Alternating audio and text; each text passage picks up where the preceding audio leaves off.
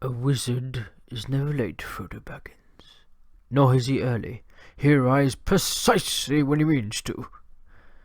This week we've got more issues. I try not to make it a regular thing, but my audio for some reason completely cut out in several places, which then knocked on issues with a visual recording. So I've got multiple people on this one. Good friends of mine, and yeah, because my audio is missing, the visuals are out, so I can't use the visuals this week, and minor bits of this conversation are missing, so I try not to make this a habit.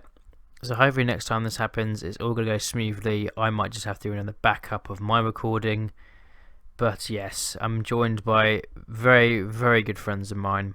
They're going to be the core of this podcast series, so you will see them returning if you stay with this podcast that long.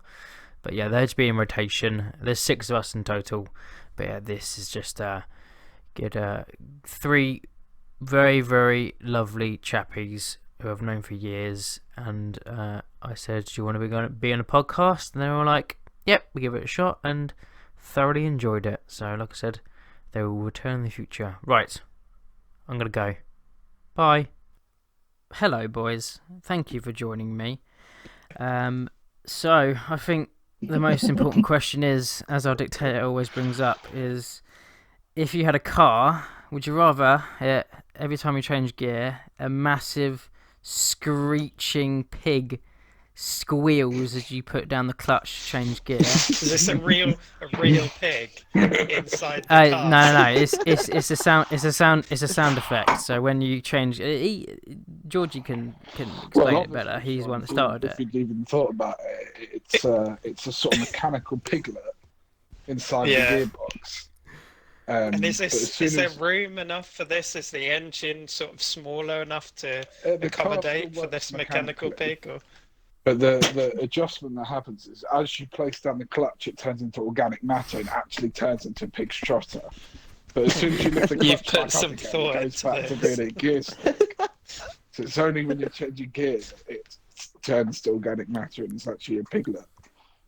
Yeah. God. So that's option number 1. And option 2 is you've got the first step you take into work. You got to screech for 10 seconds like you're having a morning stretch, and then that's how you start your day. I do that anyway. You do it anyway. Yeah. Or as you leave the house, what you're saying. Yes. Yeah. That one. Yeah. Okay. Yeah. I think you could be quite domineering in a car with the sound of a pig coming out of it. So. Right, it would be quite a thing to hear. You know, just switch down a gear because you go overtake someone. You have an aggressive pig squealing. We could debate this all night, couldn't we? These, ladies and gentlemen, are the type of topics we come up with on a daily basis. So I hope you enjoyed that. So these lovely folks are part of a long-time friendship group. The man at the bottom. On the screen, always at the bottom. Which hopefully this screen. There's a lot of mechanics working here at the moment. I have a screen recording of this, so hopefully you can see our icons. Separate program of recording the guy's audio, and then my own audio recording software. So hopefully this Frankenstein's monster is going to come out well. Otherwise, we're going to waste an hour of talking. But we're going to do fingers that crossed. Yeah. This is the usual for us, isn't it? Yeah. But these lovely chappies, I've known them for many years. George, I've known him the longest. Year 4, I reckon. That's got what, at least 20 years, 20 plus years. That's right. About that, I say a few of them. Approaching 30 soon, won't it? Approaching, yeah. Absolutely mental. And Ollie and Sean, I've known them for at least. I had to look it up because my maths is awful. So 2007 was 14 years ago, which is the same year that Halo 3 dropped. So it's at least At least I've known you boys for at least 10 years. At least 10 years. And how unusual that it's over now, right? Halo 3, not our friendship, but Halo, yeah, Halo I hate you. See you later. Bye. Is finished, right? They've stopped. Oh yeah, they closed it off the other day. Yeah, the 360 servers, they completely shut down for Reach, Halo 3. I think just those. I think officially put to bed. Yeah, they've stopped supporting after decades of the servers being up, which is pretty impressive. But you could argue now that everything's on Master Chief Collection, so everyone's just going to go there if they want to play Halo, Reach and Halo 3. So. True. End of an era, end of the era, though. Oh, yeah. Wow. Nothing can beat the 360 days. I think we can all agree with that. Compared to what we get nowadays, with half-finished shite. So, never mind. But playing shite but mainly playing decent video games is our main hobby between all of us. We, as I mentioned, we played nothing but Halo 3. I think that's the main one that we all conjugated towards.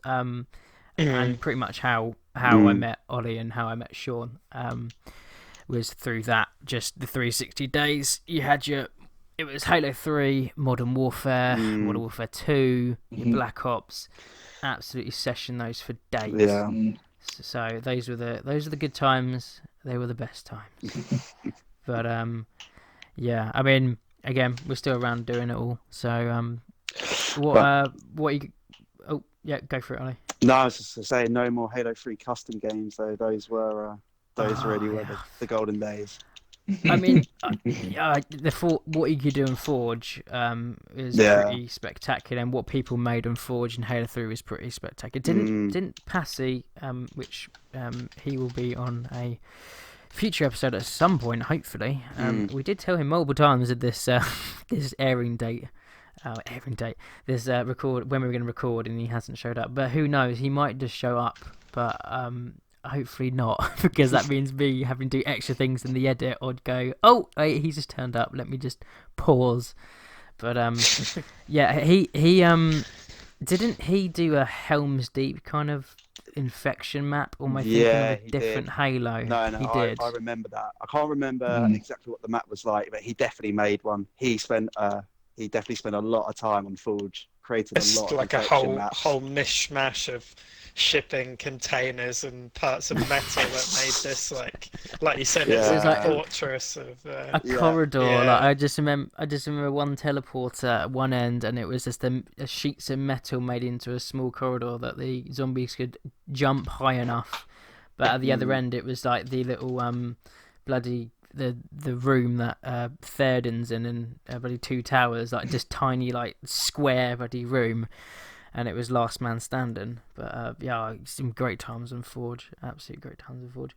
And hopefully Infinite actually kind of gets its hat together and releases that in a stable state. And there's actually a lot of things to go with. But that's definitely be a topic we're going to talk about, is Halo. But I mean, what are you boys playing recently? Anything interesting you guys can talk about? I know that, I guess, just to pick you out, to give the other boys a chance to think of an answer. I know that you, Georgie, have been playing Skyrim quite a bit again. I've been investing some serious time in Skyrim. I probably haven't played it for 3 or 4 years, and I've only finished it once.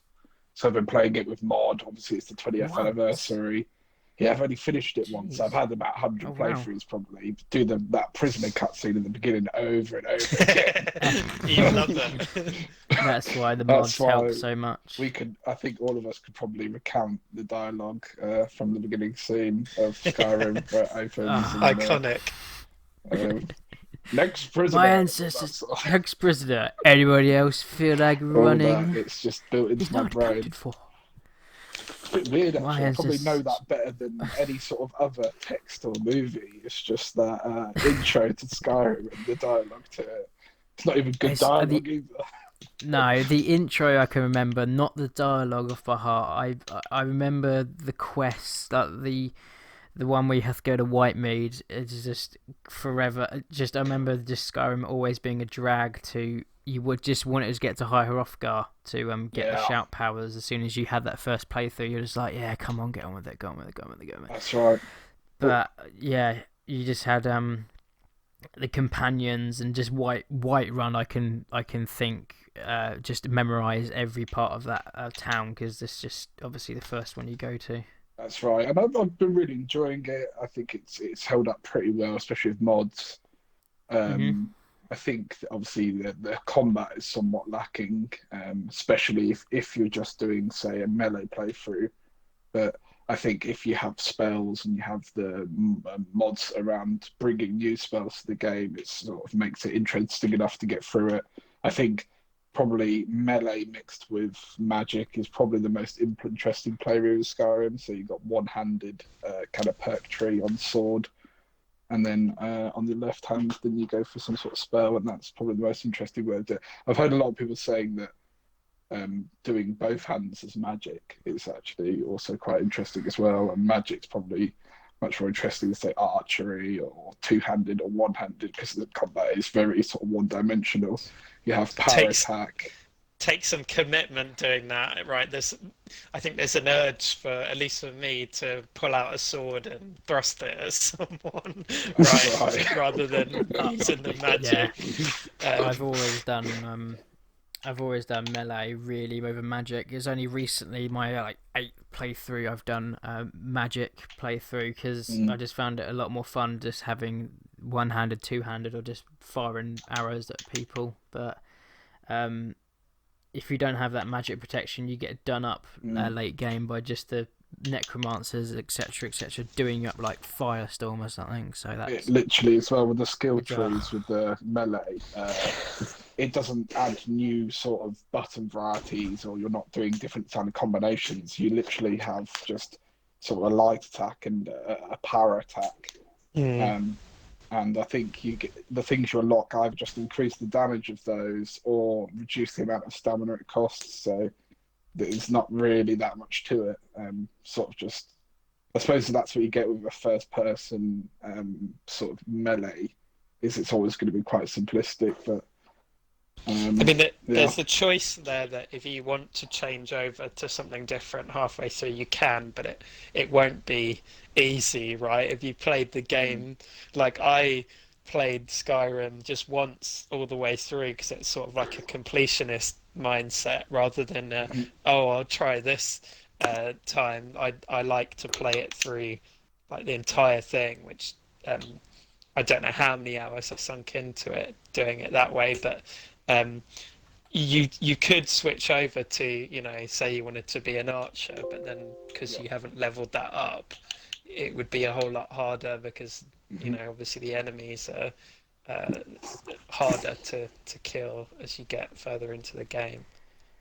And one of the other thing I mentioned that I quite like about it, looking back at it now after 20 years, is it's quite similar with some RPGs, but a lot of the action RPGs you don't get these days, and that is that most of the stuff you do in the game you can level up and improve. So there's more than just an XP leveling up mechanic. There's the whole leveling up of individual skills, similar to something like RuneScape or something like that, where you do a bit of magic and that levels up that particular school of magic, and then your heavy armor rating improves, and you can level that up by itself. It's a lot of games now, it's just simply you earn XP and you level up globally, and then that gives you experience to spend on something, and it's a very sort of simplified progression mechanic. Dumbed down, I guess. Skyrim having, I think there's probably about 20 skills in the game. You could probably have more, like you could have fishing and cooking, but they didn't do that for that. But obviously they have things like smithing, enchanting, and you have to level those up as well. And everything you do in the game, or at least the majority of the stuff you do in the game, contributes towards a skill tree that you can level up and improve. So that's what I think more games should do, that, and not just the whole like you level up your whole character and that's okay for an action RPG, but for an action RPG, like when Avowed comes out, or when Fable comes out. It's cool that you can level up. Starfield as well. Yeah. God, that is never going to get released. Starfield's meant to be later this year, right? Oh, gee, is it? Yeah. I haven't. The new Bethesda like science fiction. I'm thinking another game. I think I might be we thinking had another this game. discussion before, and you confused it with something else. But Yeah, Starfield has been in the pipeline for some time. But you know, touch wood, it gets released this year. It'd be interesting to see, you know, whether it does some of those things that you're saying, George, and is more, I guess, slightly more clever than the recent action RPGs have been. Yeah. So, yeah. I'd even go back and do something like Mass Effect. It's not like the more you use bionic powers or biotic powers, that doesn't level up your biotic power overall.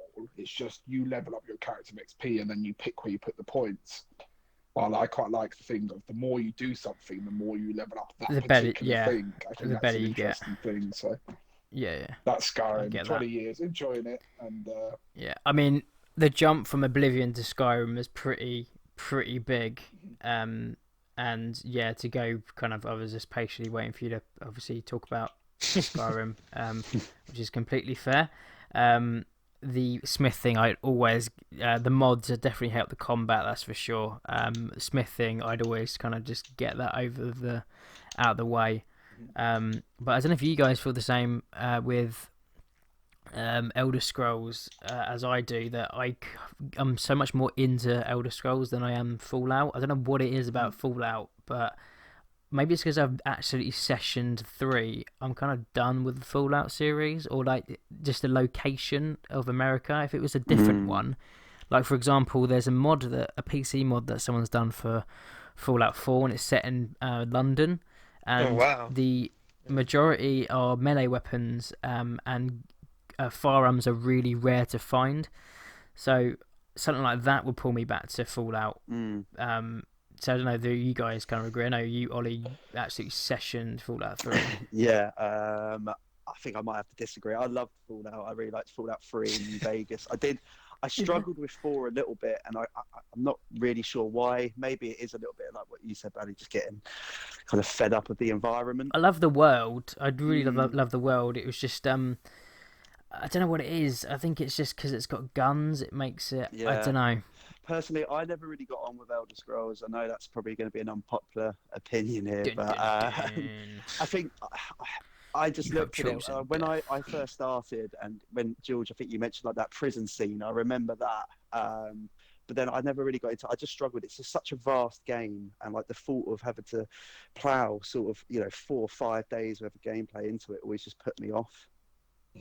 You'd have to do the same with Fallout, though, right? Playing devil's advocate. I guess you see it's more worth it if you're enjoying the setting more, right? And you're no,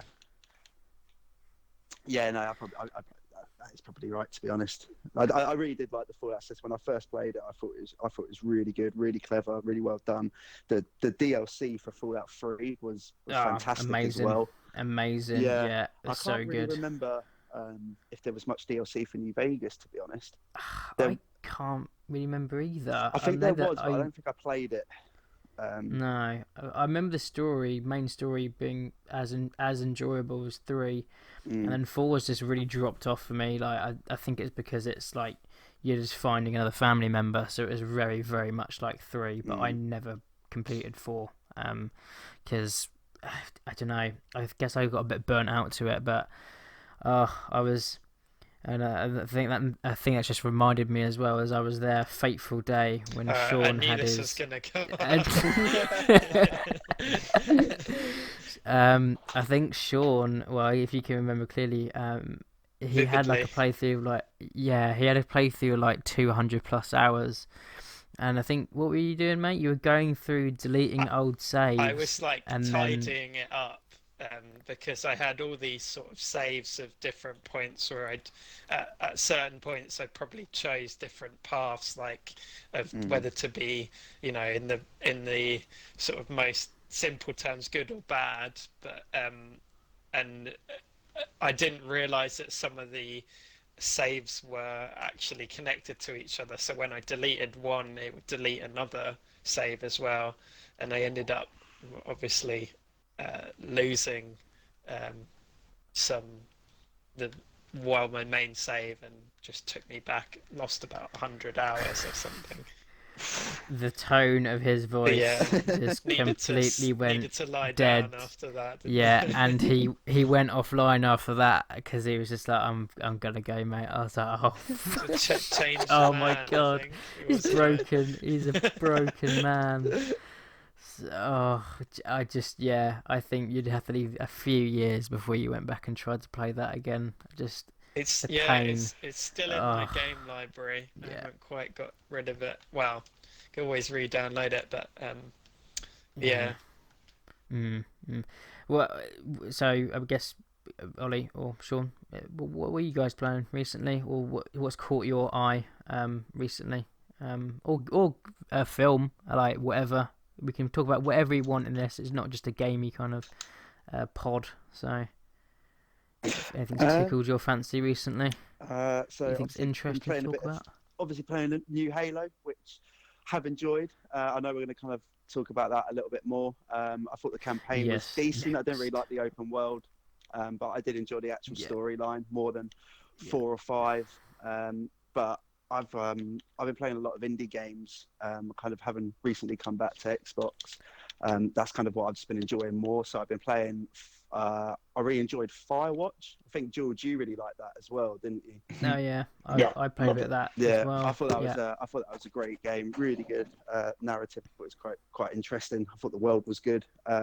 Sable as well. That's probably one of my favorite games. Lovely, yeah, lovely. That did the art style really was aesthetically pleasing. Yeah, it really is. It was a little bit. The game was a little bit buggy. I think they are patching that, but yeah, like the artwork was great. Like it was just such an amazing world, and like the how the story. It reminded me of Sorry about it. It reminded me of Ico, if you can remember that from PlayStation 2 almost. I think it was. I played it a little bit. Kind of, even though you haven't got a companion, but no. For some reason that's come to mind. It's something like that, isn't it? Was it something like Ico? Yeah, it is Ico. Yeah. Same people that made the same developers as like Shadow of the Colossus. Yeah, it was. Yeah, they're like trilogy. PS4, haven't they? Or a version of it. No, they re-released Shadow of the Colossus, and I think they. Oh, that's right. Yeah, I think they bundled it with something else, but I can't remember what the other game was. There was a one they released recently where you have some sort of mythical creature. I don't know what it is. It looks like the what's his name, Falcor from the Neverending Story. The Last Guardian. That's the one. Yeah. But no, going back to Sable. Sorry, before I completely tangented the convo there. What else were you going to say, matey? No, I just thought the storytelling was excellent. I thought just kind of like the dialogue between Sable and all the kind of the characters you meet throughout the world was really good, really interesting. So I massively enjoyed that. Just jumped back on Battlefront, which I'm enjoying quite a bit, to be fair. Yeah, you heathen. You like the storyline. I like the as well. It's only, don't hurt me. I'm only a couple of missions in, but I don't understand the hatred. I think it's pretty good. I think in the context of when it was released, is probably still fresh in your mind. It's right? It's not that. I don't want to say anything because you're still playing it, and we'll talk to you if you return for another podcast in the near future. We will continue this debate about why I don't personally like it. It's just a debate in itself. As I mentioned before we started recording, it's just very, very cliche, and that's all I'd say to me anyway. Not that it's going to spoil anything. It's just so cliche to me, but never. Yeah. Sean. I actually started playing Myst again recently, which I know puzzle game. Yeah, it's the puzzler. When you're stuck in the island. Released. That's it. Released back in '93, I think, and they've just again sort of remastered it and made Oh, it I for think, uh, I think, for yeah. Xbox. So it came back on Game Pass, I think, last month, and I I just got think I round played to 5 minutes and gave up because it was it. too intellectual for me. It doesn't, and I feel like Oh, probably games in the '90s were also more like this, where they no don't hand tell holding. you, yeah, they don't No, tell you yeah. what's going on, and you get there and it can be quite overwhelming at first. Um, and Grim fan. Yeah, I was sorry, thinking about, before I I'll take the make point. one more sort of point, and this is probably something like a wider um, debate, is that sometimes and the reason why I feel like um, games are so good is that they sort of test your mind, and it fits into sort of my job as well, where you've got to think about stuff in a different way and process a lot of information. I know that's a topic in itself, but that's I think that's why I enjoy these sorts of games where um you're kind of test yourself, test your patience and your ability to sort of pick up on things and look outside the box. So if it's anything like that, then I quite enjoy it um, for like single player experiences. Yeah, but that's Completely yeah, fair. I mean, that's what I've yeah, been I playing. mean, I do love me a puzzle game. There was one that was on Game Pass that we both played, and it was like, oh god, Call I'm of the Sea, I'm gonna. pretty sure you're referring to. No, not called the Sea. That annoyed me as well. There's only, I guess there's only certain, I guess there's only certain ones that I can tolerate, but I can't remember what it was. Sean, you played it. It's where you clone stuff, and it kind of goes a bit. You make, oh god, it's like you make everything. It's all by perspective. If that jogs your memory, Clone and like stuff. you're just going through room to room. It's on Game Pass. Oh, And superliminal. yeah, It's not yeah, subliminal. Is it subliminal? something like that. It might be. Superliminal. That's good. Whatever. Yeah, Um, yeah. I thoroughly enjoyed that. But something like Mist, yeah, was just way too like 90s for me. I don't know if you boys played it, but I played Grim Fandango because that came on Game Mm. Pass, and that was just LucasArts amazing.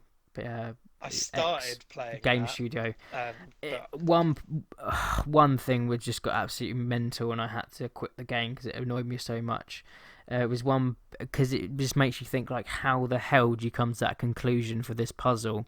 And it was like, you've got to get something from another room and put it into this like machine or whatever, which is like doesn't fit logically at all, but that's what you got to do. And then you got to put it in another like um location for then the puzzle to be complete. And it's like, how in the hell could you solve that in the 90s when there's no internet, or like no, probably no guides for it either? And Mm.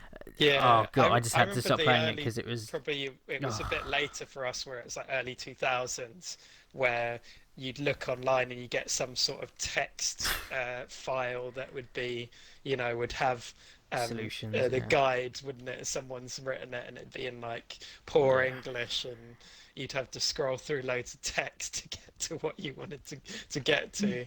Uh, I Yeah. just yeah, the logical logic there was nothing logical to me for that particular puzzle, so I had to stop playing Grim Fandango after that because I thought if this is the starting level and the puzzles like that, I think I might have to stop.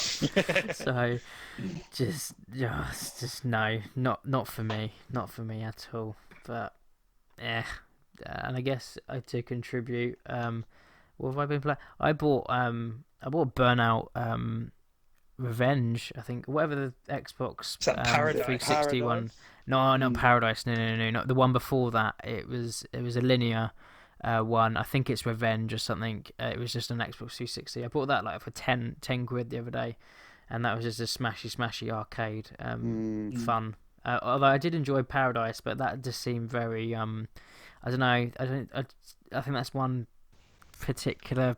I don't know why they made it open world to be short, because it just was the same track over and over, just different sections of the city, Mm. and I just preferred the circuit kind of style of the previous ones. So unfortunately the online's disabled, and that upset me greatly because that was great fun. Did you guys back in ever the day. play Stuntman on the Xbox 360? No. Was that?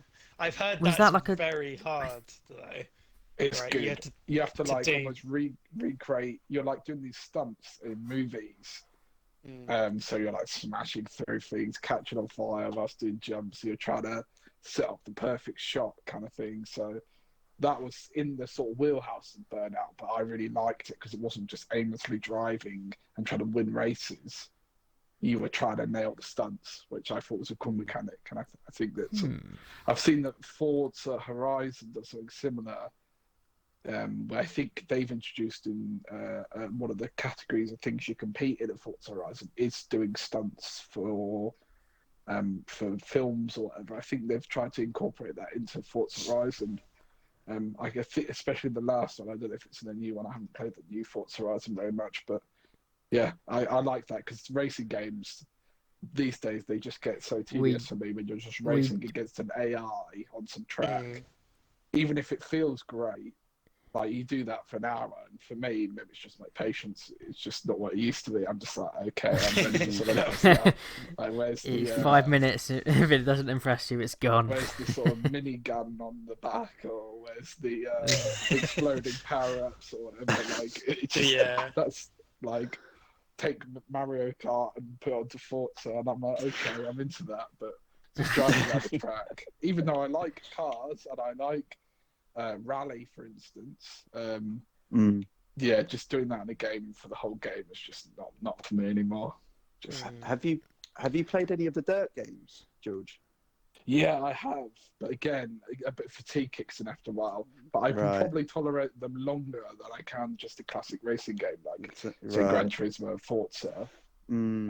Yeah, I have a bit more patience for it, but again, it wears out probably after about 10 or 15 races. I'm like, okay, yeah.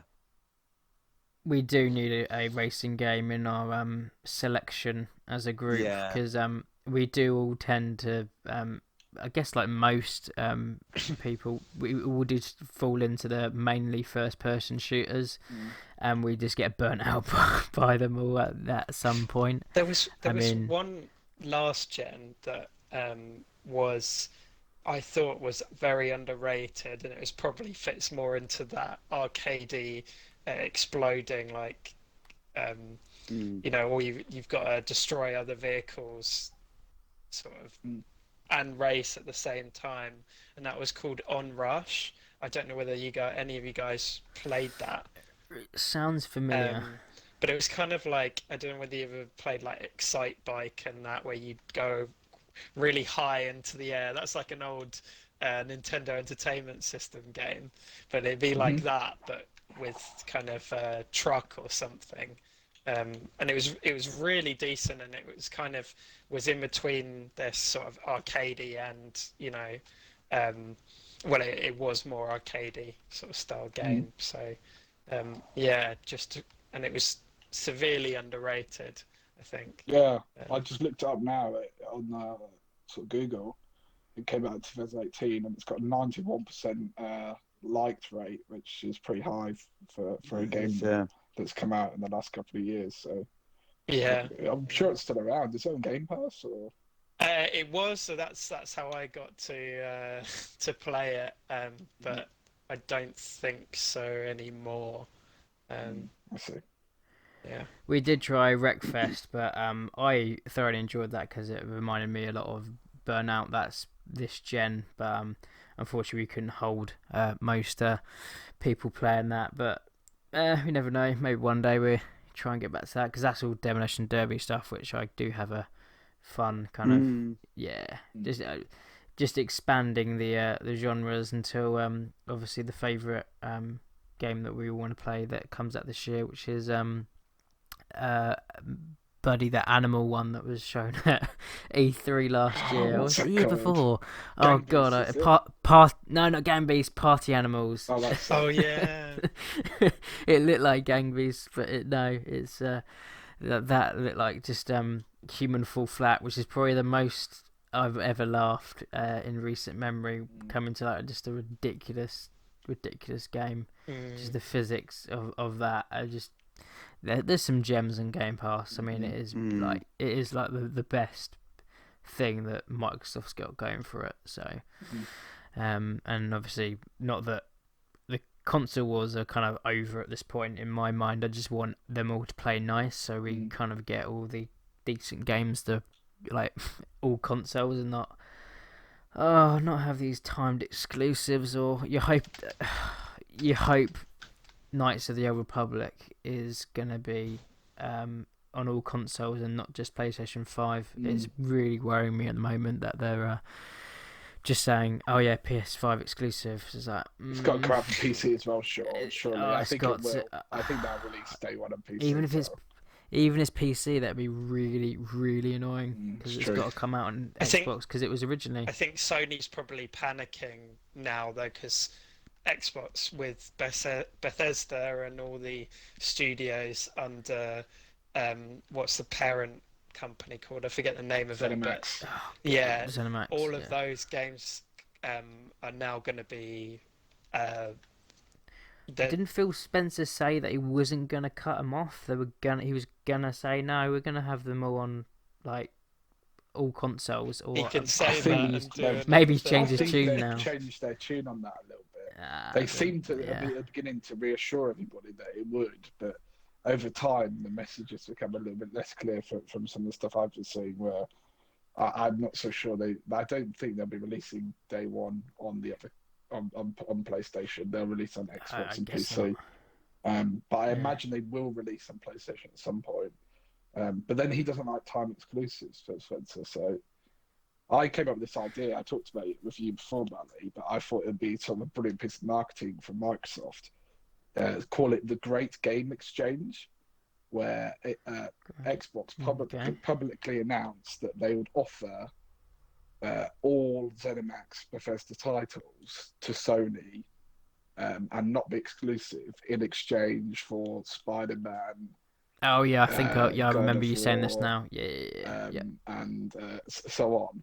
And then they could say to Sony, if you let us release these on Xbox, we will give you the Bethesda games, and that'd be crazy. Therefore, everybody wins. Like that's good for everybody because you get some of our games that are exclusive. We might give you Halo or whatever.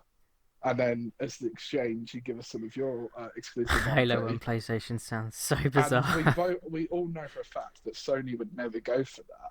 But then it just makes Microsoft look like the good guys. And I think if Microsoft then even turned around and said, Sony have not accepted the Great Game Exchange, but because we want to be a good company, we're going to release them on Sony anyway. They come out of it having kind of toyed with the Sony fans' emotions and then still being a good guy, and it just makes Sony look really bad. Puts in a bad light. Yeah, I mean, it would be a great tactic if they did do something like that in the future. That's for sure. If this whole I think I'm going to DM Phil Spencer on Instagram and say, this is the next marketing strategy. Here you go, mate. Oh, got ya. Have this one on me. But, I mean, we'll just have to see on that one. But, I mean, PlayStation has got some great old games. I mean, we were just talking about Uncharted and just how Uncharted 4 is basically like playing a film, an action film with some of the set pieces and that. It blends so well into like what's cinematic and then what morphs into gameplay. And it's just, and for once it's a it's a Naughty Dog game that actually has a nice ending, unlike another series that they just did. Don't! Why are you playing The Last of Us 2? Please don't. No, please don't. I'm about to play Uncharted 4, so no spoilers. Oh, Uncharted 4? No. Oh well, that's in my own personal opinion. It could be something horrendous. Depressing. So yeah, I hated it. Made me sick. But no, I didn't say anything. Shh, it's fine. But yes, we could easily talk about. We are going to continue to talk about games because obviously Halo was mentioned. What you at the time of recording, for some reason, 343 have not given any sort of roadmap towards any content. They've had an off. They had one article where they said they're going to fix Big Team. Oh, thanks for that. and a few other bugs with a ranking system and anti-cheat, and then that literally has been it. There's no sort of roadmap to what they're adding to mainly the multiplayer, and if there are going to be any changes to cosmetic stuff, which is a bit depressing because you think that they'd be straight on that. But I mean, overall, what are you guys? What are your thoughts on an Infinite, and what can they do to kind of make it better? Put it in the bin. Put it in the bin. Well, I've put it on snooze. I've said that multiple times. I'm snoozing it for at least 6 months until they had something. Wow, 6 months snooze. That's crazy. Well, they're not even announced anything. I mean, like, surely want to be on it if you're community manager. If you've cocked something up at your work, and you're in charge of the channels of communication, surely you would want to be on that as soon as you come off the Christmas break. That's what I was expecting at least one of them to do. It depends on the definition of that. Like, it's how you define that success, and whether it's a success sort of creatively, a creative success where you feel like you've done enough to please the fans, which obviously some people aren't, or whether it's a commercial success, whether it's a money earner, right? It's definitely commercial. Do you think obviously it's the switch to free to play, right? Do you think that's I worked think the out amount for the of best then? Campaign co-op not at release is a problem for me because I'm not especially interested in playing a Halo campaign by myself. I mean, obviously you can play it on a headset, you could be like listening to podcasts in the background maybe, but it's not interesting enough to keep me completely entertained. So playing it with somebody makes it way more interesting, and it unlocks a whole sort of tactical variety to how you approach, what those bases called, those sort of forward bases. You can, approach those with two people in a different way, and kind of, one person flanks around or whatever. But how I feel about Halo is that I think they've done a pretty good job. It feels like they found their feet for the first time since Bungie, where this does feel like a Halo game, and it doesn't just harp back to an old type of Halo. It is something new. And the gameplay is solid. I think it's the best gameplay for a long time. And it's satisfying to play. So I think that's really good. But I guess with some games, they come out and you go, there's a lack of content. That's shocking. We need more content. With this one, it's almost a different thing that because we actually like it and think it's good and got potential, you want the content even more, because it's I would like this if there was more maps, because I'm enjoying playing this gameplay. Greedy then? Is it our fault? No, I don't think it's that. I think it's that there literally isn't enough maps. So that even though you love the gameplay, maps are those of like if I want something right now, it would be more maps, 100%.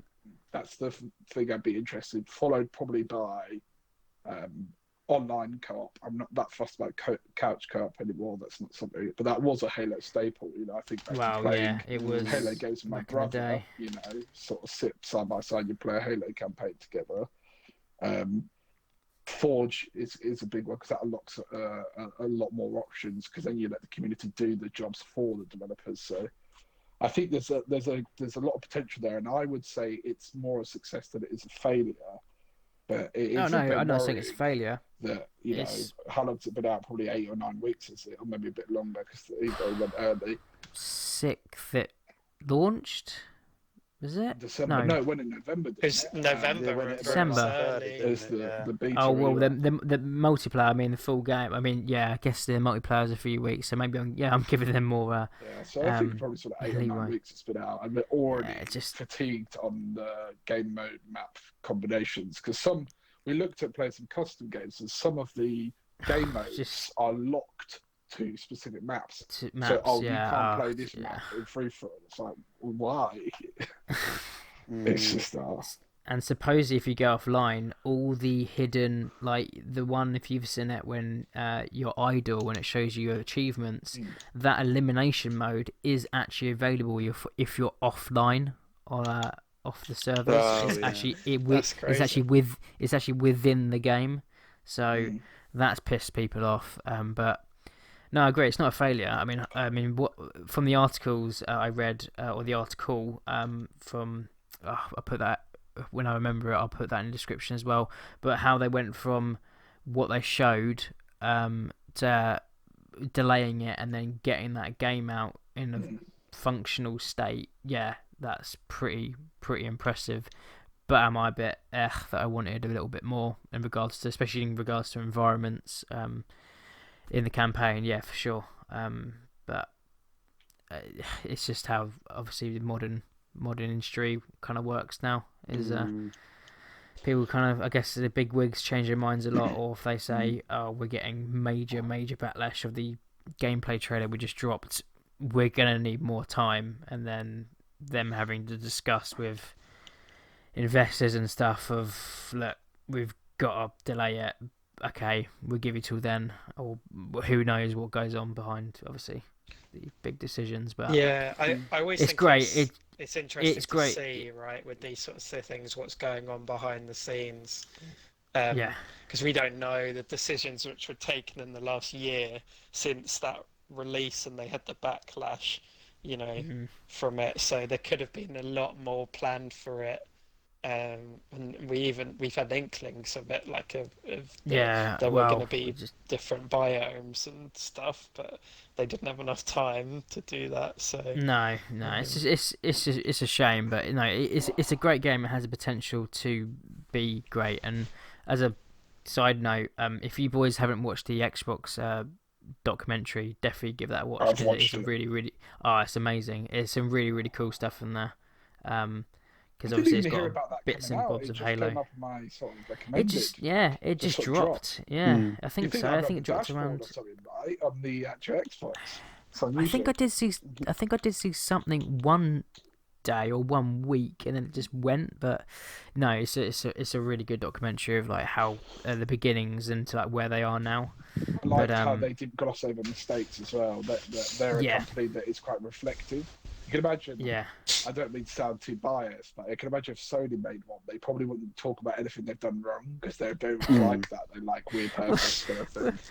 They say, I'm pretty sure in that documentary, didn't they say the PlayStation 3 because it was so expensive there? But do you remember they said as the response of, "Oh, go get a second job." And people would feel a sense of achievement and pride having worked extra hours to play for their PlayStation 3. I never heard that. That's insane. Yeah. I remember hearing that, and then didn't they drop it by like £200 a couple of months later? They did, Yeah. How much forget was that when it came out? Was it like £700 in that kind of region? Wasn't it $5.9? I think it was £600, or maybe £650. I think at the time, though, obviously, because it was actually one of the cheapest Blu-ray players at the time. That's right. That was a selling point. That was a selling point of it. But Blu-ray DVD players were knocking on, kind of four figures, and then you're like, well, I could just buy a PlayStation 3 and have a game console and a Blu-ray player. But yeah, Xbox did make also some glaring errors. I thought was to that point, Ollie. I thought was really interesting is to see the way that Sony approached the PS3 reminded me a lot of how Xbox approached the Xbox One. Yeah. And there's always like a kind of reset of the company culture where Sony came along and put Blu-ray in everyone's console, whether they wanted it or not. And quite a few tech people did want a Blu-ray player, but a lot of people, they just wanted to play games. So they'd rather have forgotten the £200 extra or whatever for a Blu-ray player because they just want to play some games. And it's like how Xbox were like, hey, we're going to put a camera in every box and it's going to reduce the power of the console, it's going to make it more expensive. But we think it would be a great thing to have. And they came out sort of expensive and with an accessory they didn't want. And I thought that was similar to how also Sony, a lot of people forget that they actually released a terrible controller as well with the PlayStation 3. It was that sort of huge banana one that they had to change almost immediately. See, haven't they just brought that back to the PlayStation 5? Similar, the 5 looks horrible. The 5 looks horrendous. The original controller that came with the PlayStation 3. I think they changed it pre-launch because it was that bad. It is like I'll have a look. We all looked. Yeah, because it back with didn't sort of release with the nostalgia at DualShock Duke. controller, did it? That's right. Yeah, The DualShock wasn't that. It was like this big banana thing. Honestly, yeah, it was awful. ridiculous. I'm having a look right now. Yeah. Yeah. The Xbox had the Duke, which is a similar problem. Where it's like huge, Oh, massive yeah. control. Yeah. I actually quite like the Duke. I've got like Massive. quite chunky hands, quite big hands. So the Duke sat quite nicely for me. While a lot of people say the GameCube's amazing, but for my chunky hands, I actually prefer the Duke. So there you go. But yeah, There is one that looks like a massive boomerang, that's but it. that The can't boomerang be controller. it. Seriously. No way. That's crazy. Yeah. That can't. That. You could have to Oh put that in the Jesus. description, mate. It is. Yeah, I'm gonna have to. That is. If that was the case, that's. I don't know if it ever mental. released, but I remember their advertising pre going out was that controller, and everyone Christ. said you can't do that, and they had to change it at the last minute. Oh God, that is. Yeah, that would be something. Jesus. I don't think it's quite as But- bad as the N64 controller, but No, That is awful. just. The N64 was its own kind of, yeah, you'd only use like one. I swear you'd only use the thumbstick and the right side of the controller. The left Yeah, side of I- D-pad was just completely absent from Yeah, my I used to have memory. my left Never hand used in like, it. the middle, and then my right hand on the right one. I just used to completely ignore the left side of the controller. I don't think most games didn't even utilize it, wasn't it? Yeah. I'm gonna look at the image now. I can't I remember. seem to Wasn't remember it? Like breaking the joystick on my N64 controller about 3 or 4 times as well. Like, I went through quite a few back in the day, I think. it was a special kind of design, that's for sure. Yeah. It was just the D-pad on the left side, and yeah, it was literally all the games would just use that right-hand side. So effectively, half their controller was redundant. The So- only good thing about it was the trigger on the back. That was quite. That was decent. yeah, that was good for flight sims like your Star Fox. Yeah. obviously, And then but- remember, you used to have to put like the rumble pack in, and it would make it weigh about the top. 2 kilo. It was ridiculous. That's Just really weigh it down. Yeah, that was a special kind of controller. Yeah, I just it was. And then- googled the boomerang one, and it never came out. But it was shown with some of the marketing that Sony were planning for the release of the PS3. But obviously, because of the backlash, they never ended up launching the console with it. But yeah, they were going to use that, which is now they call it a concept controller. That's absolutely ridiculous. Oh, jeez. Oh, well.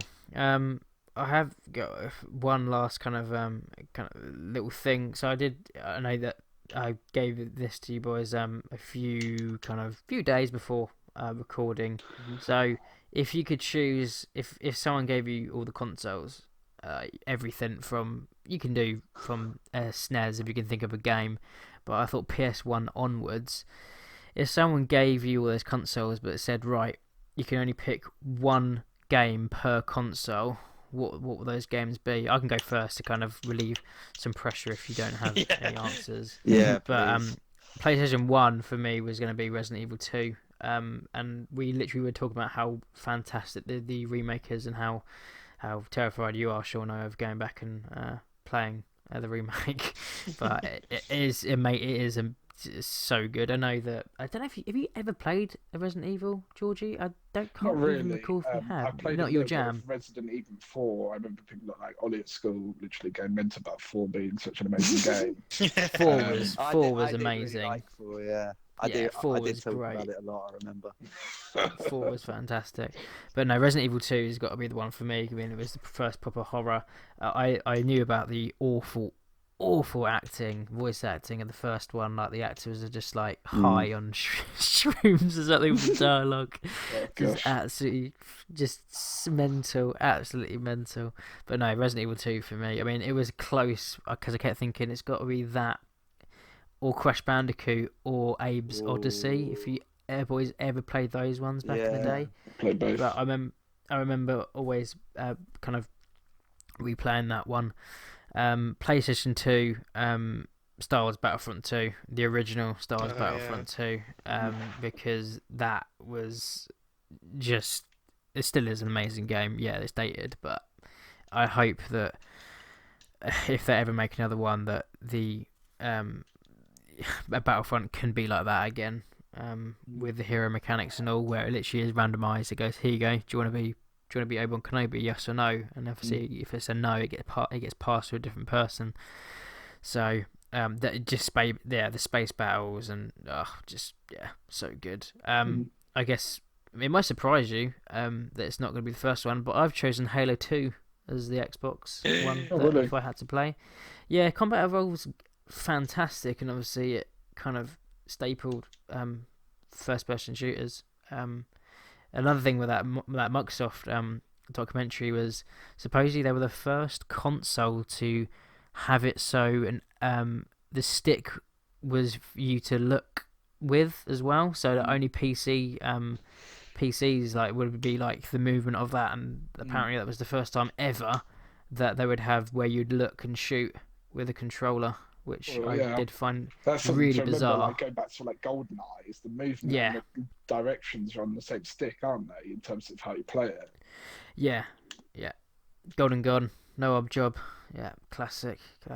I mean, if we had, that's not on my list, but if I did have to choose N64, I think you said, Ollie, that it would be GoldenEye. I think it would probably have to be GoldenEye for me, or Zelda Ocarina of Time. That's because, right. Yeah, just that would just be the one. Around that. That's just the best game of this gen. People put Super Mario 64 up against it, but I mean, it's good. Mario 64 was great. You can't go wrong with any of those three. No. Mario Kart 64 is solid as well. Like those games. That definitely, and I do remember the multiplayer trailer for Halo 2, and them showing the destruction of the Warthog. I think it was on a map that they then remade in Halo 3, Sidewinder, I think it's called. The one where you start off, you have a Warthog on the beach and you have that massive turbine that one, that turbine, and the invisible or the sword was at the bottom of that turbine. But I just remember that quite vividly, and that was like the first proper multiplayer experience with Halo, so I had to choose Halo 2 for that when mix. You go on the Skyrim, that whole kind of, is that the first or second mission is? Oh yeah, second, Mombasa, you jumped on the Scarab. Yeah, that was a great, that had some fantastic levels as well, and variety of locations as well. So I think diving into the lore of the Covenant as well, I don't think a lot of people expected that, where you played as the artist, that's what to learn about how it all worked and what the Covenant wanted.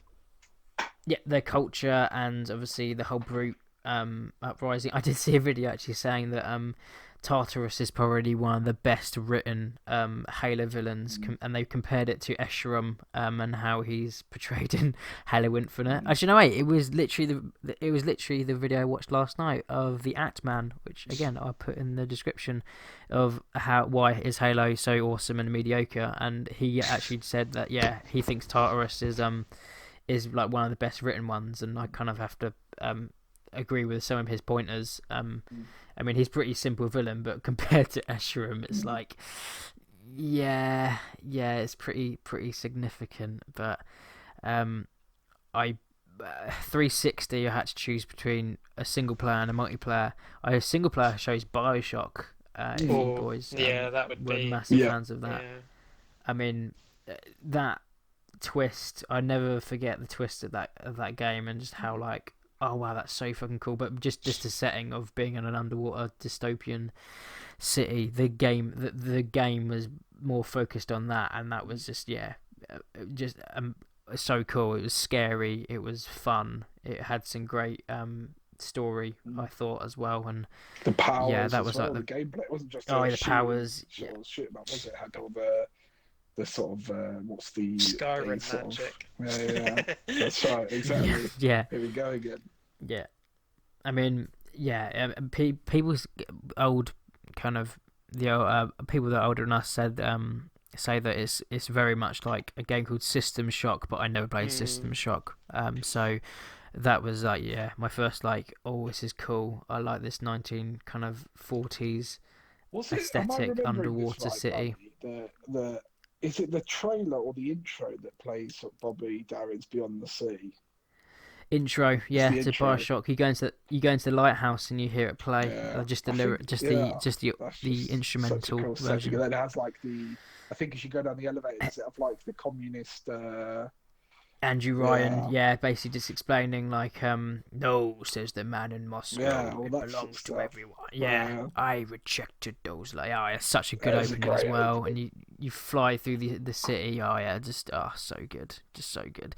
The second one was Halo 3 for of course the multiplayer because that was just Overreach, king.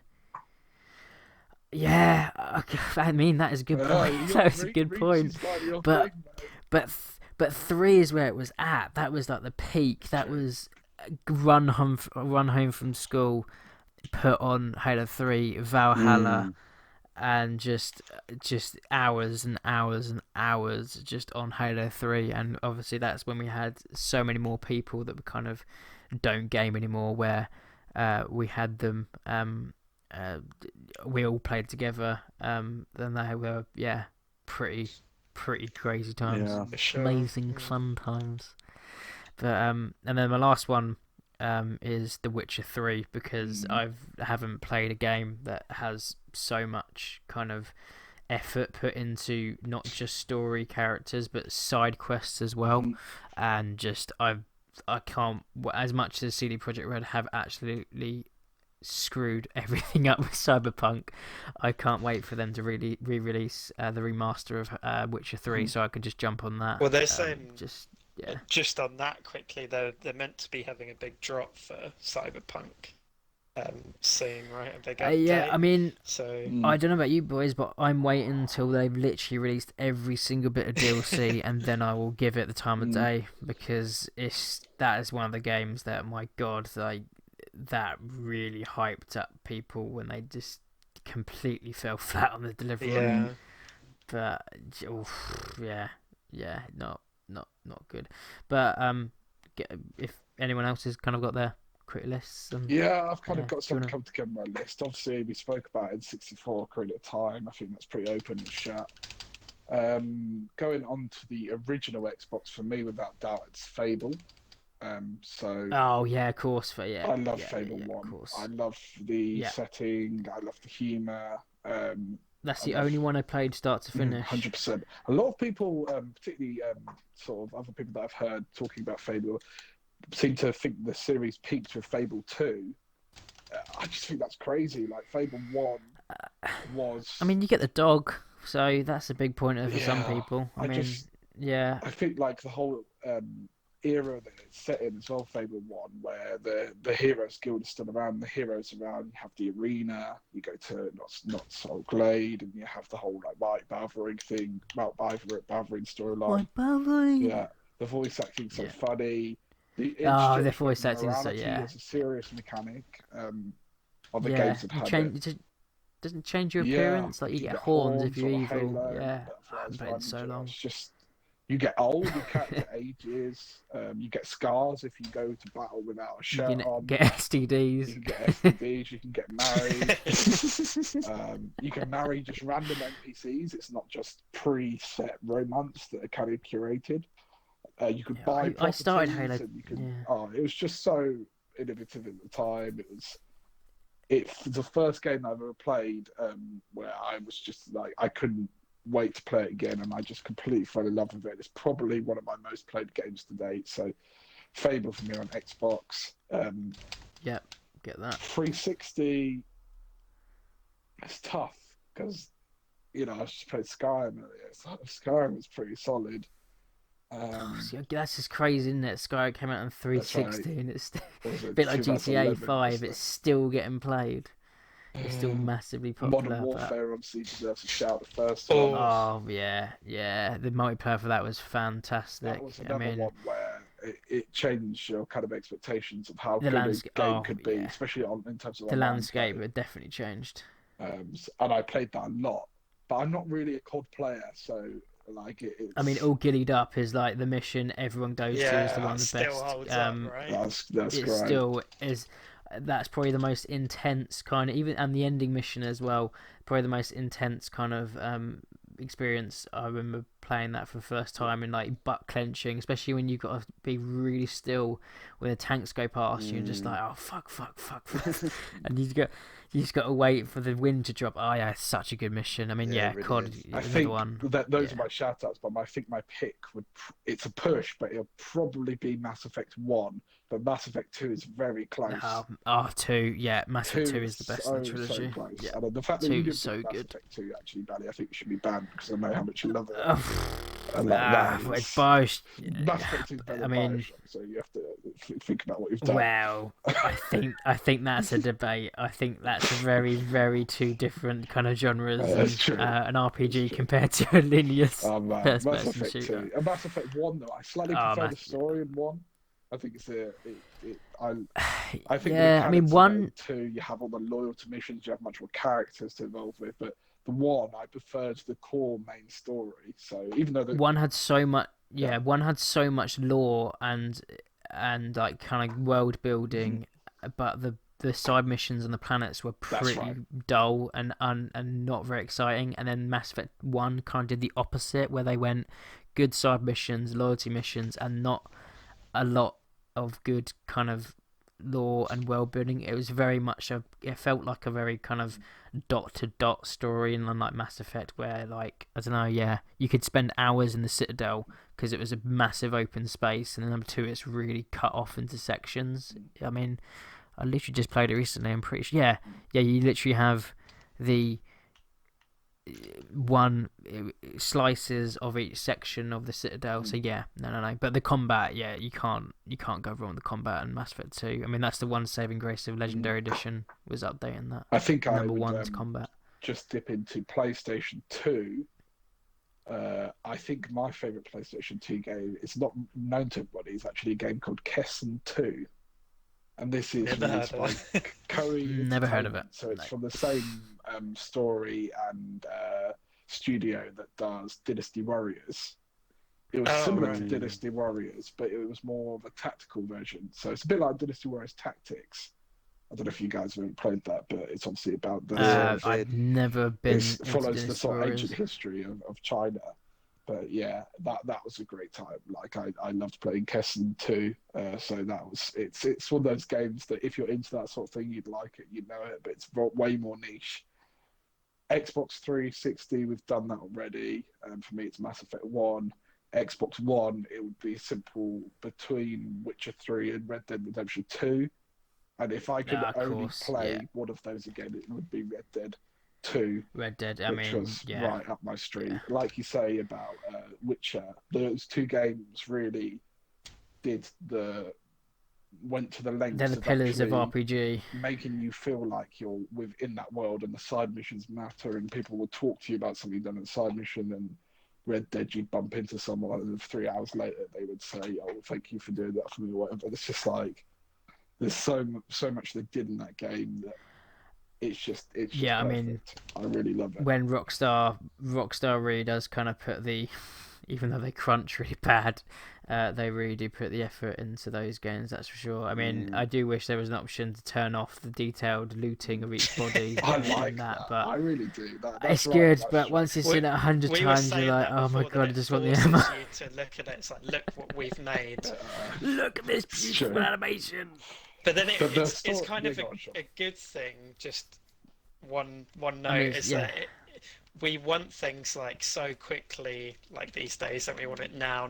It's good to like slow down and appreciate something. Oh, it is amazing. I mean, I definitely want to replay that. That's on my list to replay. And the story of Arthur Morgan, it has a lasting impact. I love it. It's a great story. You know, the musical beats as well that they've known for in Red Dead, where you go riding and a certain track plays at a certain time in the story. You know, we all remember Red Dead 1, where you first go to Mexico and Far Away by Jose Gonzalez starts playing. Oh yeah, that's just such a moment that just sticks with you after many years. A musical moment, a sort of art moment, I would say, where you've got music and gameplay and story meeting in the middle all at the right time, and it just makes you ride a horse while you listen to the song. That's just, for me, that's just right up my street. And there's certain moments in Arthur Morgan's story that does that really well. Again, it's a bit of a feature of the Red Dead series now. So yeah, I think that's pretty much. I Yeah, could go back to GameCube, and I think GameCube for me No, would go for it, probably I mean- be Wind Waker. Oh yeah, Wind Waker, amazing. Yeah, So of course. I've got two Zelda games in there, but I actually prefer Wind Waker to Ocarina of Time, even though I probably have more nostalgia for Ocarina of Time. So Wind Waker, I replayed it on the Wii U. I was one of the only people that ever had a Wii U. It's beautiful. I played it. Beautiful game. No one had a Wii U except me. Like, who had a Wii U? Who knows what that is? But No one knows what the fuck it was. Everyone thought it was an add-on. HD was a really great experience, and that was the highlight. I know they did Twilight Princess in HD as well. I did play that on the Wii U, but yeah, Wind Waker is right up there for me. So yeah, they're the games that I would reach to on those particular consoles. So yeah, it's a good list. Good list. Ollie or Shawnee? Yeah, so Ollie goes first. He needs yeah, I don't more want to time. go last, to be fair. The thing is, it's like this one. Yeah. Like, I think if you, I'll say a list now, but if you ask me tomorrow, it could probably be completely different. Oh yeah, they always change. Yeah, they always change. Yeah, like to go in N64, I think there's going to be a few like similar choices here. Like I'd probably have to go GoldenEye. It was fantastic. Absolute iconic game. And I've got many fond memories of doing split screen GoldenEye with a few of my mates back in like primary school. So it would have to be that. Obviously, Ocarina of Time is a very close second. They're supposed to be remaking GoldenEye, you know. Yeah. Supposedly, there's leaks that it's going to come out remastered. There's been rumours of that for years, though. Years. I remember on the 360 hearing that it might come out on the arcade, but yeah, it'd be great if it did. A special mention for Turok as well, actually, Bali. I forgot to say that. Oh, yeah. Turok, yeah. N64 Turok 2 is amazing. It's so much fun. Probably going to pronounce it wrong. Was it Lilac Wars, the Star Fox game? Yeah. Yeah, Lilac Wars. Yeah, that was a great game. That's great. Well. Yeah. N64. That was amazing. So Fox, that's one of ours. Yeah, that would be my N64 choice. PlayStation 1. I was having to think about this. I never really played a lot of PlayStation 1. I've got a few memories kind of a few games that I used to play. I used to love Spyro. I think it was like Year of the Dragon on there. Obviously, quite young at the time. Spyro the Dragon. Yeah, I mean, they did try to make him a mascot. Yeah, but I think best PlayStation 1 game for me has to be Metal Gear Solid. 100%. Oh yeah, Metal Gear Solid. Yeah, I mean, I saw that as like the top charts. Yeah. I mean, I was going to originally say Final Fantasy 7, but I didn't really play it that much until I was older. Final Fantasy 7. I think at the time I liked it. I went back to it a while ago, but just like the turn-based attack kind of game, it just that kind of they're hard. That kind of JRPG is gone now. Yeah. Like the turn-based. I mean, that's why the new one's got this kind of hybrid system. Yeah. except Pokemon, of course. Yeah. Pokemon's. But mind you, having said that, obviously looking forward to Legends coming out, to Arceus Legends. Like I played Pokemon Sword a while ago, and I think it's got a little bit stale. Like, so it'd be interesting to see what they do with the new kind of formula. But Metal Gear Solid was incredible. I haven't really played many of the later ones, but I think I ended on 3. Yeah, I think I was the same. I've seen the collection kicking about. I think it was originally on Game Pass and then it went. Yeah. But I remember Sons of Liberty quite vividly. I should have chosen that. That was game, actually. that's PS2, wasn't it? Yeah, that was a fantastic game. It came to Xbox, I think, as well. Later, or was it 360? I couldn't remember. But either way, Metal Gear. It came out on 360. They did a remake of them all, which was great. But Sons of Liberty was great. Yeah, Xbox. Surprisingly, I never actually owned an Xbox. The PS2. Well, you're the ones that didn't. Same with Passy. I never had it. Like, I just used my brother's consoles really. The first console I actually owned was a GameCube, but I never had an Xbox. But really, one of the only games I played on it, same as you, Bally, was Halo 2. I came back to I did the original Halo actually afterwards, but yeah, I played Halo 2. So I think just by default alone, that will have to be my favourite game. going on to kind of like the next gen PlayStation 2, like I don't know what to say, to be honest. I had a PlayStation. I used to play it so much, so I've got a lot of fond memories of games. I was trying to think of what I would just put as like my number one. GTA 3, maybe, Ollie. Yeah, I was thinking GTA or maybe Vice City. I was going to say Vice City. That would be my choice. Like, I think obviously San Andreas was the best GTA. Obviously, being the latest one, had the most features, and it was great. But the setting of Vice City was fantastic. I loved the kind of 80s Miami feel. I thought it was really good. I think the guy was it Vince, the main guy? Is that what he was called? Lance? Was it? I can't. Oh, I can't remember. It's been that long. Yeah, but it was a really enjoyable game. I remember going back to it multiple times.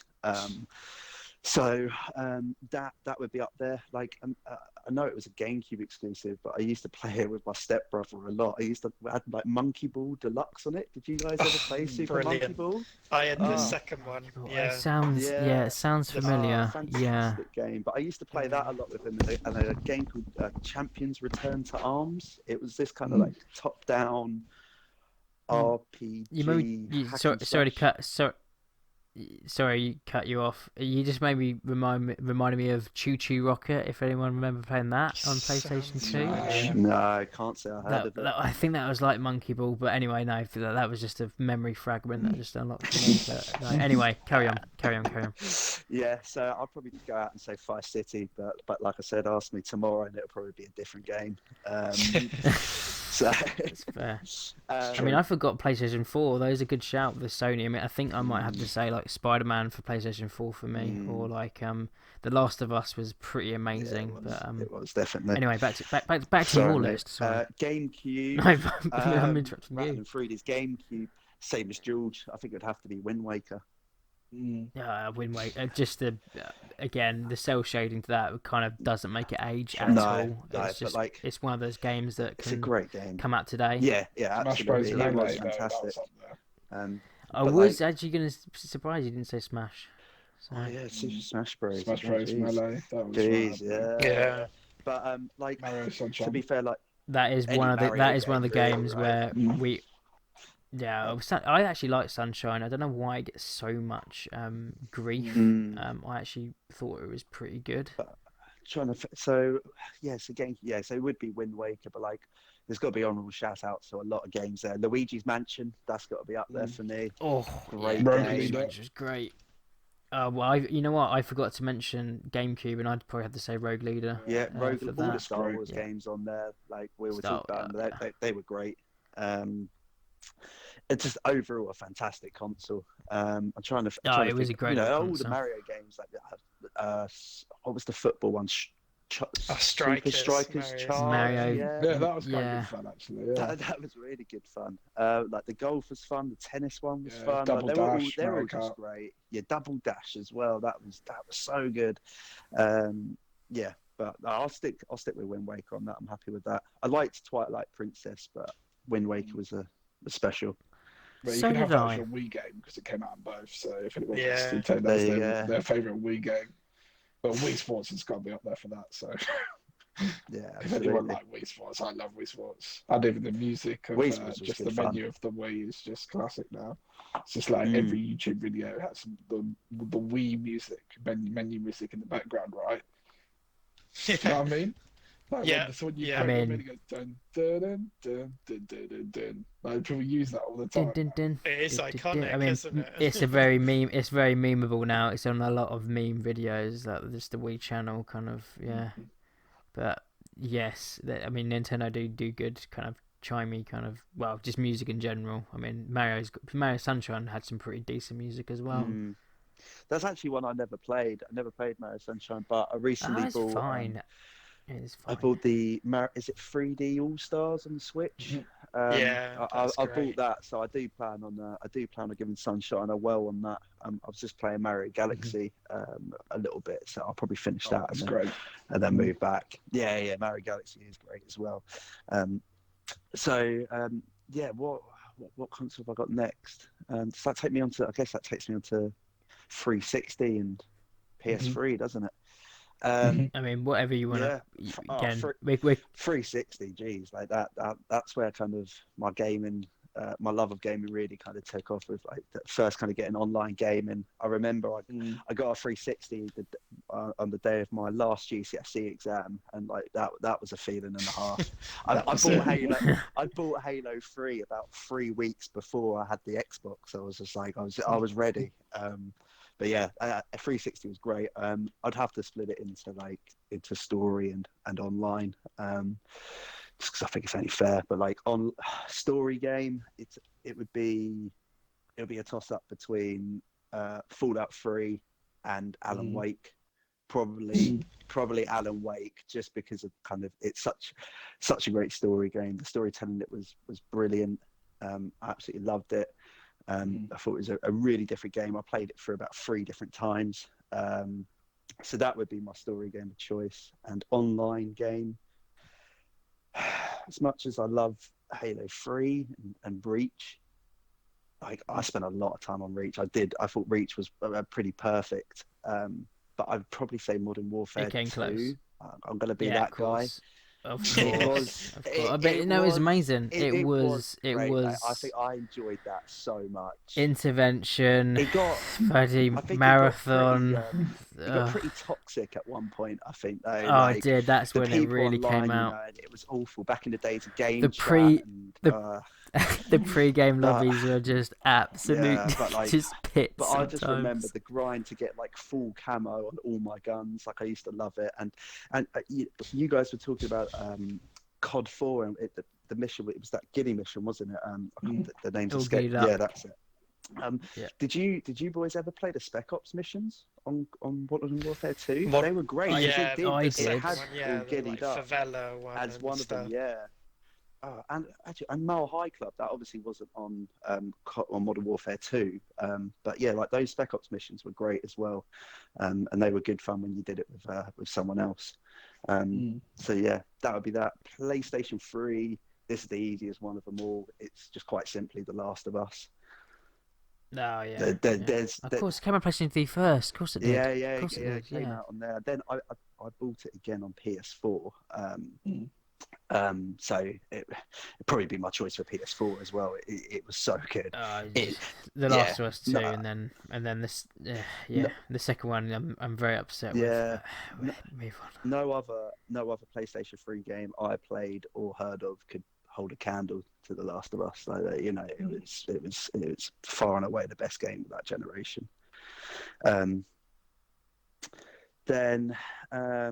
I guess that takes us up to now, like Xbox F or like just just whatever. I mean, you can skip that now if you want to. I mean, I just did Xbox One, which I've was been out of game classed as recently, last gen. so I probably couldn't even say best one of this generation.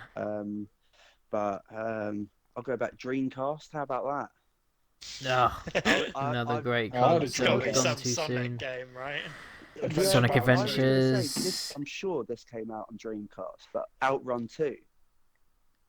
Oh, not Outrun familiar. 2. Jet Set Radio is my Dreamcast game. I mean, Crazy Taxi always gets mentioned. Crazy Taxi, and Legacy of Kain. Yeah. So, but Soul Reaver, even. I think those would be my choices. I'm not happy with my PlayStation 2 choice, but I'll stick with it. Yes, again, the question might come up again in the future, so again we might just get different ones. Like we also like this one and this one. Assassin's Creed 2 keeps popping into my head in this 360 like that. Oh, Creed 2, Creed 2. Was a good game. Yeah. Very good game. Go on then, Shauno, you're up. Oh god, it's overwhelming to hear others as well, because that no doubt influences mine. So where do we start again? We start on. You can just do earliest to newest if you want. So you could do N64. Or first console. Home console was a GameCube.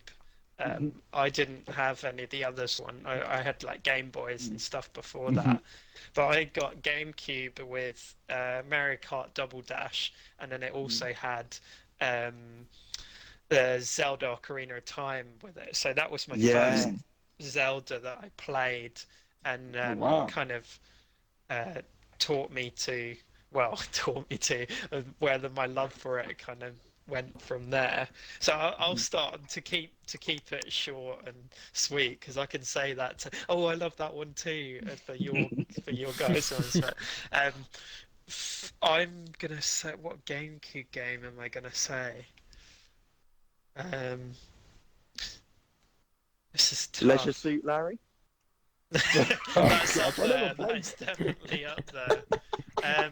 I'm gonna go with Melee, because I think that's how me and Josh spent a lot of afternoons, was playing, me going around his and us playing Melee, and I think that's,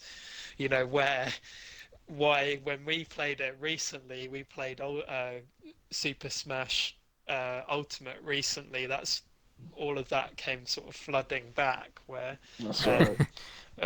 we hadn't really lost any of the skills that we developed then. So that's my Metroid Prime though, Sean. I know you GameCube like that. game. Oh, that's a good mention. Because one Christmas I got Metroid, not the first one, but Metroid Prime 2 Echoes. I don't know whether any of you guys have played that. Only but the first one I've played. There's a cool mechanic No. in that one where they have a light and a dark world, and in the dark world, you lose health really slowly if you're out in the open, but then these orbs of light which you can jump from, and even though the game's not a horror game, it used to scare me being in the dark world, because there was the threat of your health constantly going down, and obviously waiting for any news on the next one, Metroid Prime 4, which has been in development for ages, and they started it again and that. So I did play. Again, I'm jumping around in time, but I played Metroid Dread recently, and that was really good. Apparently it's pretty Yeah, good. it's Yeah, side I've heard that as well. scrolling. So yeah, I'm kind of. I'll switch now. George, you've influenced me. I'll switch to Metroid Prime 2 to be different. Well, multiplayer You've just is Super Smash Melee, and then single player There you go. is Metroid Prime 2 Echoes. So you've just triggered another memory fragment of mine. I completely the It's like an achievement unlocked. well, it's just Assassin's Creed too, like buddy, memory Yeah. fragment. That mechanic of Metroid reminded me of Prince of Persia 2 Thrones, like where you switch between the Light Prince and Dark Prince. Oh yeah. And then I completely forgot about Prince of Persia Sands of Time. So Yeah. my Xbox choice Iconic might have as to well. change to You could that have that as because your PlayStation 2 choice. oh yeah, but did it come for PlayStation 2 as well? It did. It did. Okay, there you go then. Anyway, carry on, Sean. That's cheating. No. Because I was really just a one console person, so if I was playing another console, it'd be around a friend's house. I used to go around friends when I had their GameCube and play sort of Halo on the Xbox, but I don't want to say anything there because I feel like it's not not that it's not fair, but I feel like I'll stick to the consoles I had. So after that, I go straight over to. I got a Wii. I think I got a Wii when it came out. So I'm gonna have to say, because this was a close mention for you guys, that Twilight Princess was my favourite Wii game. Skyward I Sword remember was sitting fun as there. well. Yeah, But Twilight Princess was definitely better. I thought. It didn't have the same feeling. No. I think the open world felt a bit contrived, like it was basically felt like the whole thing felt like a dungeon rather than it being like an open world filled with dungeons, if that made sense. What else have we got? Then obviously I got the Xbox 360. Halo 3's got to be my multiplayer choice, just for the very same reason that you guys have been saying. Running home after school and booting that up to play some custom games with you guys is just a very treasured memory. Yeah. Now the single player game that's going to be tough as well, because I went through a lot. And like Ollie, like you said as well, I'm gonna as soon as I say it, I'm gonna think of something else. What's coming to mind? I know you said like the first um, Bioshock, but I really like the third one, Infinite. Infinite. I knew we've spoken about it before in the past. I mean, I do love Infinite, but just the setting of Rapture really is that's what beats it for me. That's what Yeah, gets it for me.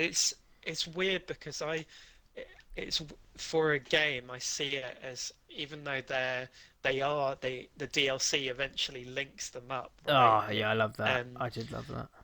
I see them as separate entities. So even Yeah. though the setting is really different, go Mhm. from the depths of the sea to the heights of the sky. Uh, it's it's just there's something that I love about it. I love the traversal as well on those sort of The skylines. sky hooks, Um, yeah. yeah. Uh, So Once you get the kind of the dimensional thing kind of in like correctly, it does definitely you enjoy the game more, especially on replays. Like you kind of understand like certain bits and bobs of like story moments when it happens. So yeah, I yeah, agree that it's a completely different kind of almost entity in itself. But I definitely wanted to see kind of more. Well, I suppose they are making a new Bioshock at some point, but I do wonder where that's going to go next, or if it's going to return to was it Columbia? I think it was called, wasn't it? Like the in yeah, Infinite, yeah. yeah. Or if it's going to be Rapture again, who knows? But yeah, Infinite's a good shout. It had good powers Um, as well. yeah, they really. I thought they really. If I mean, you can go back and play the first Bioshock now, and it still feels great, right? But Yeah.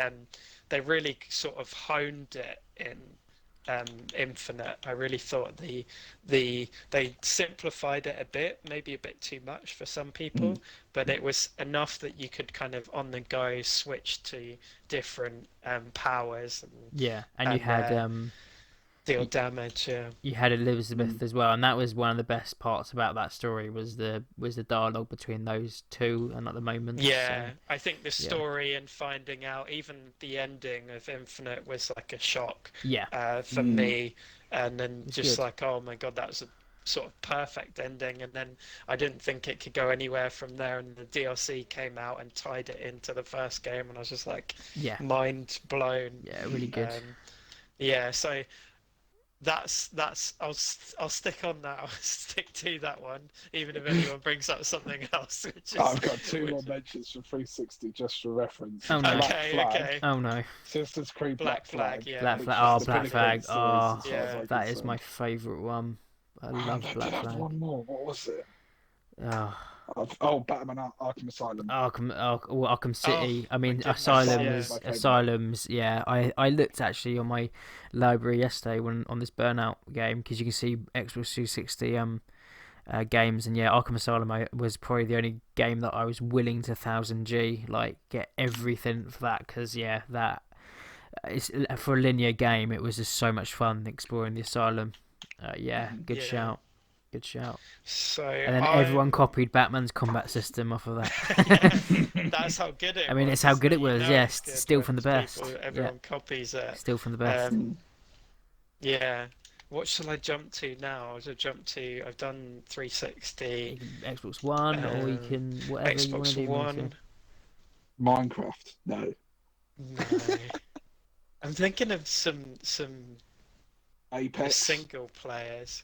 Apex was Xbox. Well, no, Apex was Xbox One, wasn't it? Yeah, of course it was. That has been, no, you know what is my favorite single player game is Dishonored 2, and I Oh don't yeah, think that gets enough love. Um, Arcane. Yeah. really, Yeah. I think, and I'm glad sort of Arcane are around and still releasing stuff. In the last generation, they've released some games which haven't done so well, but have really been um, pivotal in terms of level design. They give you so much choice, and there's so much even to the story of these games as well, and the feel of the worlds that are there. That I love that being able to have a choice in how I approach stuff. So those sort of games, and now it's all coming flooding back. Where I'm thinking of Deus Ex, I'm thinking of like Splinter Cell games. Oh, Splinter Cell. I'm thinking, of those games that offer the choice, and Blacklist. really ones that are in my top rated games. But I'll stick with Dishonored for that. Shout. The Mansion mission was amazing. That's probably one of the best. I need to go to complete that, but yeah, the Mansion. Anything that's time travel related is kind of got me interested. So that about being able to switch times on the fly. Did it? Yeah. So that was a great mission. I'm trying to think of what else. So I'll switch to PS4 now, and obviously I think you guys know it's going to be Uncharted for me. That was just pure fun. It is amazing. It is like just Indiana Jones, but in video game format. Yeah. I'll go back and play the fourth one again, and also there's the spin-off after that. I'll play that as well. But yeah, that's top. And then I will say for current generation, and I know I've mentioned it to you guys, is Psychonauts 2 has most impressed me, and that's probably maybe cheating a bit because it's maybe made for both Xbox One and Xbox Series X, but it has like the story of a Pixar movie, which is surprisingly deep at points. And then the gameplay reminds me of sort of a GameCube or an Xbox, the original Xbox game. So it's like a nostalgic feel, but then feels, somewhat new as well. So that's I want to check it out. I haven't played it yet. It's free. Well, with Game Pass. It is on Game Pass. Yeah, I should jump back into it. Like, I did enjoy the level design and mechanics of it. So. Yeah. So that's like a voice actor, or is he just in the sort of trailer? Yeah, he's in it. He's got a decent amount in it, but not like the other game. Was that Brutal Legend? Yeah, sure. Yeah. Who's this? So Jack Black. His voice is in Psychonauts 2. Yeah. Okay. Must have missed him. All right. It's into it a bit. I think you didn't get that far. Yeah, I need to replay it. He's not like a main character. He's like a side character. Okay. He's fun though. Yeah. So, yeah. All right. Yeah. Oh, they're good. They're good. I haven't even talked about any like handheld games and how Switch. I was with Switch games as well. Breath of the Wild, obviously. I think that's my favorite Switch.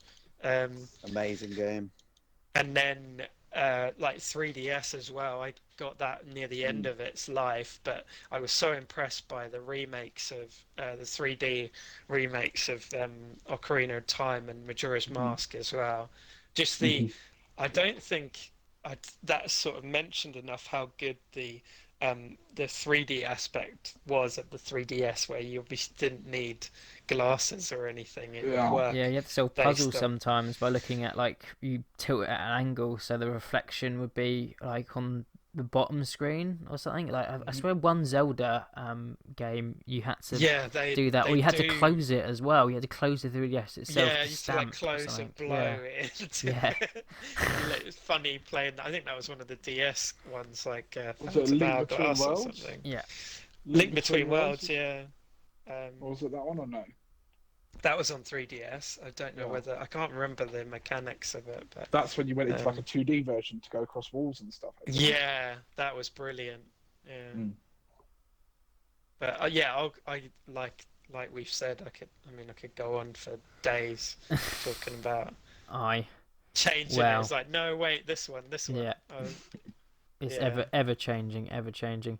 But yeah, wow, we have definitely gone past an hour. So thank you, boys, for joining me. I've already told you, but I tell the audience. These boys will be recurring, so some will be in like rotation. Some of them might not be here for next one or the other. It'll be kind of a pidge podge. At one point, I'm trying to get all 6 of us, is it? On that, and that'll be right old chaos, but that'll be great fun. So if you got this far, thank you very much for listening. And I'm going to try and keep these to one podcast a month, just so I got some sort of timetable. I don't know, but we'll see. But yes, thank you for listening. Thank you, boys, for joining me. And I guess I'll see you on box in about 5 minutes. That's good. Yeah. Let's do it. Cheers. Goodbye. Cheers, Bye. Barry. Bye.